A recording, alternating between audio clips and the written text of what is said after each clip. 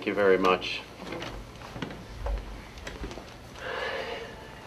As Dave said, my name is Joe McDonough, and I have 2 children.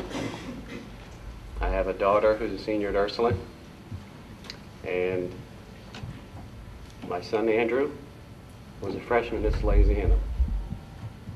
And at 1:55 p.m. on July 14th of this summer, Andrew passed away. He went to heaven.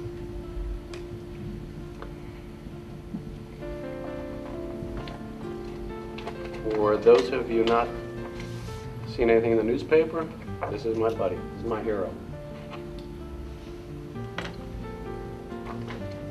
Just by a show of hands, can you let me know if you've heard the story or seen anything in the newspaper about Andrew?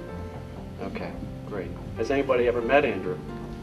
Okay, well, I'm going to tell you a little bit about him and about our experience. First of all, it is nice to be here and talk to you. I wish the circumstances were different. I am clearly living a parent's worst nightmare, but I enjoy speaking to teenagers. Andrew's one of you. Andrew and Allie, they're your peers. It's nice to see Ursuline here and Salesianum, and the support we've gotten from all the schools. And as I talk to the group over here, my alma mater, the Green Knights, are here. That's nice to see. And I knew things were really special when even St. Mark's was praying for a kid from Sally's. So I appreciate the support from all the public schools as well as the private schools. My son was a tremendous kid. He was a straight A student at Sally's, and he, along with Allie and my wife Chris, were just my best friend. He played 4 soccer games on Saturday, January 27th, and 48 hours later his heart stopped. As a parent, to be standing there watching them do compressions, trying to revive your son, who was the healthiest kid in the world, seemingly healthiest kid in the world. The week before we went into the hospital, he went skiing on a school holiday on Monday. He had 2 intense personal training sessions on Tuesday and Thursday, went to the Sally's dance on Friday night, played 4 soccer games on Saturday, and went into cardiac arrest on Monday. We thought he had appendicitis, he had leukemia, and he went into septic shock. I remember asking the doctors, is our son going to be okay? Is he going to live? And the doctor said he will not live through the night. Andrew lived 166, what I call bonus days, so that we could learn a lesson and so that we could all benefit. And he sacrificed for us, and hopefully we can all learn to live like Andrew. He had, and I won't go into a lot of detail, but he had 4 strokes, 2 hemorrhages in his brain. He was airlifted to Jefferson Hospital for an aneurysm. He lost his sight. He lost most of his hearing. He ultimately lost his ability to speak. He had an abdominal wound that I'll speak to specifically here because we were so reliant on good, clean blood, dependable blood. But through all that, Andrew just kept bouncing back. They said he wasn't going to make it 2 other times. He made it through. The day he was airlifted to Jefferson Hospital, we almost lost him in radiology, in a CT scan.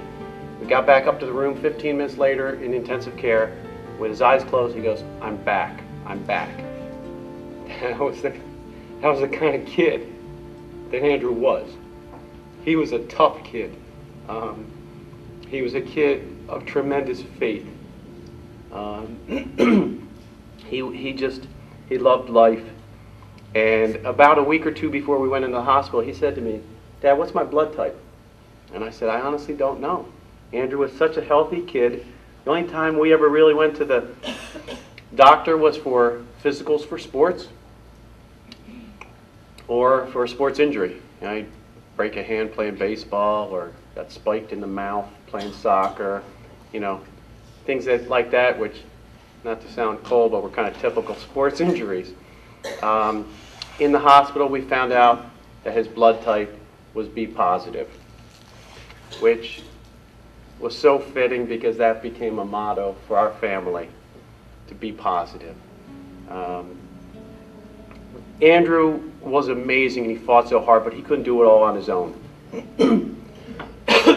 Excuse me. He needed blood, and he needed a lot of blood.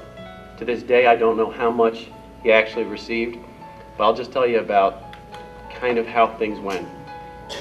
With chemotherapy, Andrew's platelet count would drop. And I remember being in the hospital, and we lived there. We lived there for 167 consecutive days. And as his platelet count would drop below 50, we knew he would be very prone to bleeding. And if it was in the middle of the night, if I was sleeping, we'd sleep for 15, 20 minutes. I'd wake up and check the sheets to see if he was bleeding. And because you knew it was going to come. It was going to happen with the platelet count going down. And sure enough, I'll tell you, a couple drops of blood on a white sheet spreads fast. Andrew's bleeding was so bad, there were multiple occasions where he lost a half a liter of blood. That is a lot of blood. And I would be the one that would stop the bleeding. I know that seems kind of strange. I have absolutely no medical training, and first time I saw things, I'd freak out, but then it's like, hey, you do what you need to do for your child. So I would be there, and I'd have everything I needed, and we were putting something called Surgisil on that would help coagulate the blood. And there were some times where, like the times when he would bleed a half a liter, it was just tough to stop. And I remember first you bring up the surgical residents, the doctors, then you bring up the attending doctors, which you're moving up the chain of command. And there was one time where there was no way to stop it. The only thing that was going to